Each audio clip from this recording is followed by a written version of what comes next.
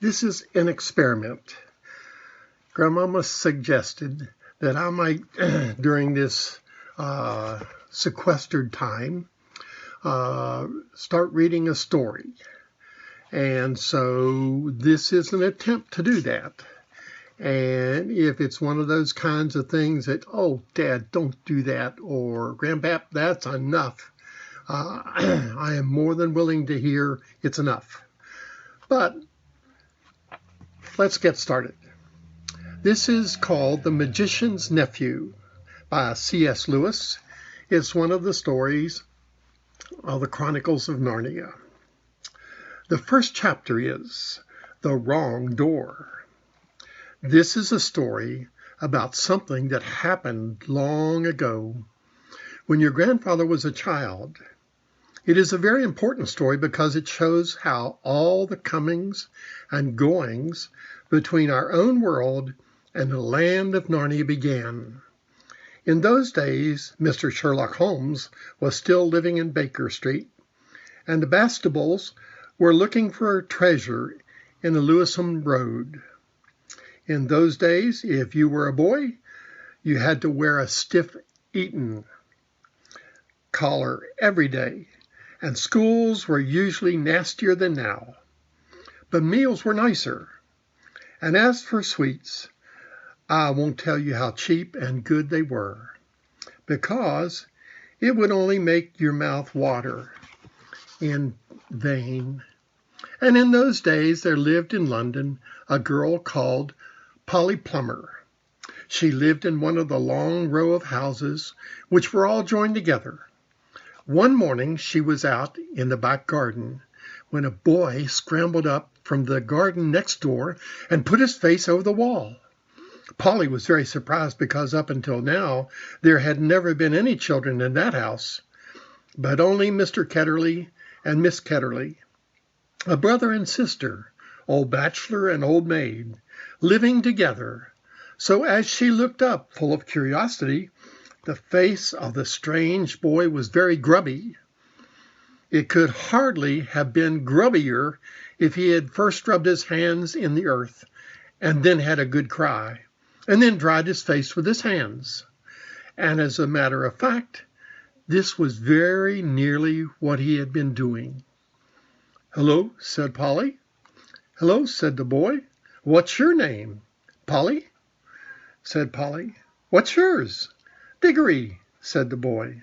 "I say, that's a funny name," Polly said. "It's only half so funny as Polly," said Diggory. "Yes, it is," said Polly. "No, it isn't," said Diggory. "At any rate, I do wash my face," said Polly, "which is what you need to do, especially after—" And then she stopped. She had been going to say, "after you've been blubbering," but she thought that wouldn't be polite. "All right, I have then," said Diggory in a much louder voice, like a boy who was miserable, so miserable he didn't care, who knew he had been crying. "And so would you," he went on, "if you had lived all your life in the country and had a pony and a river at the bottom of the garden and then been brought to live in the beastly hole like this." "London isn't a hole," said Polly indignantly. But the boy was too wound up to take any notice of her, and he went on.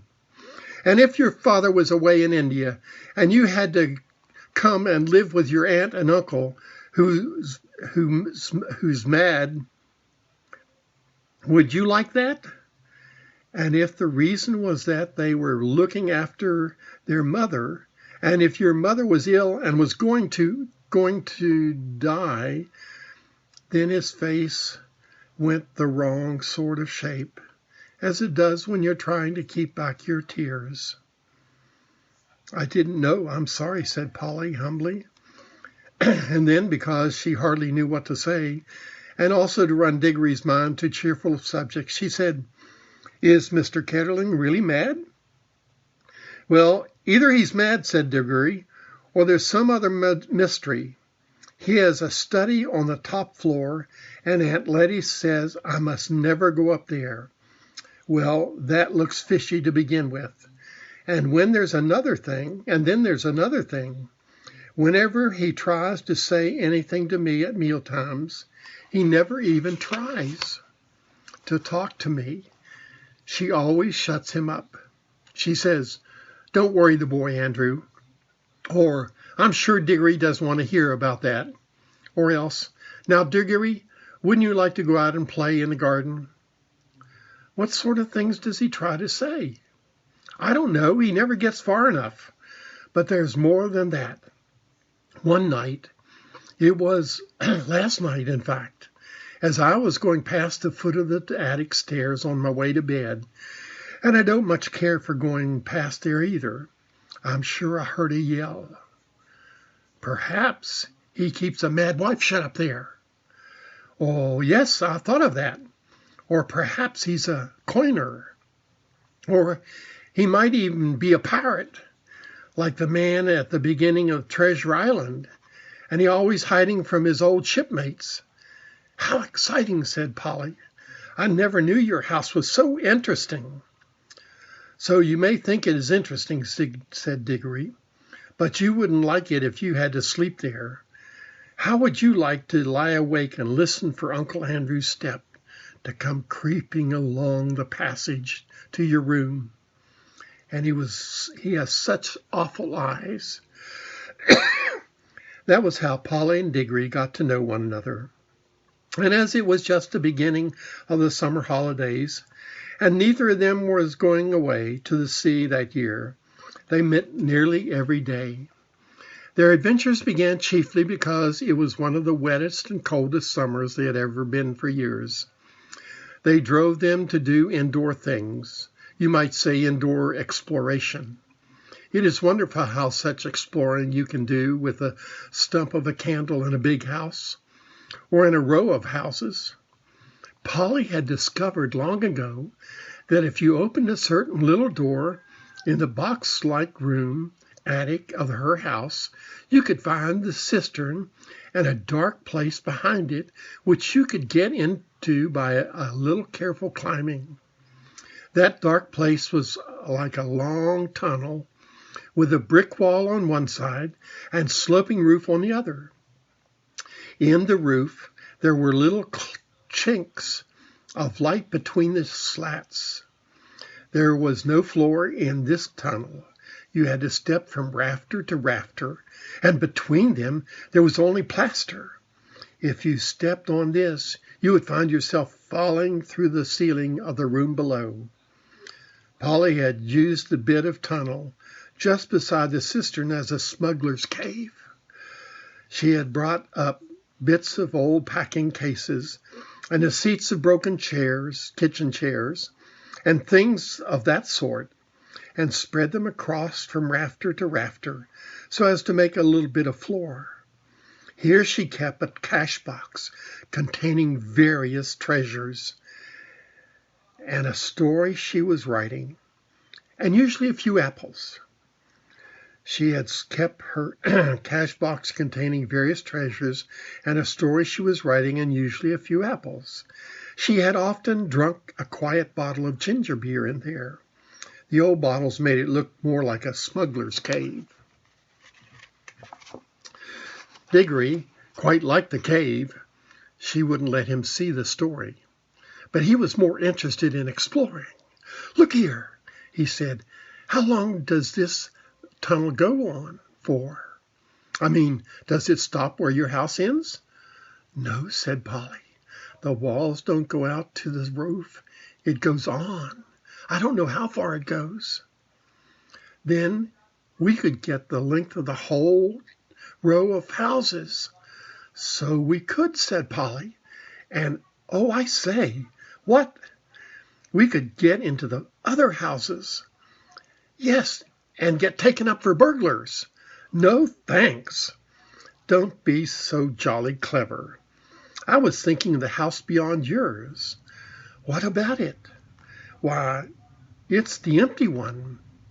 Daddy says it's always been empty ever since we came home." "I suppose we ought to have a look at it then," said Diggory. He was a good deal more excited than you'd have thought from the way he spoke. For of course he was thinking, just as you would have been, of all the reasons why the house might have been empty so long. So was Polly.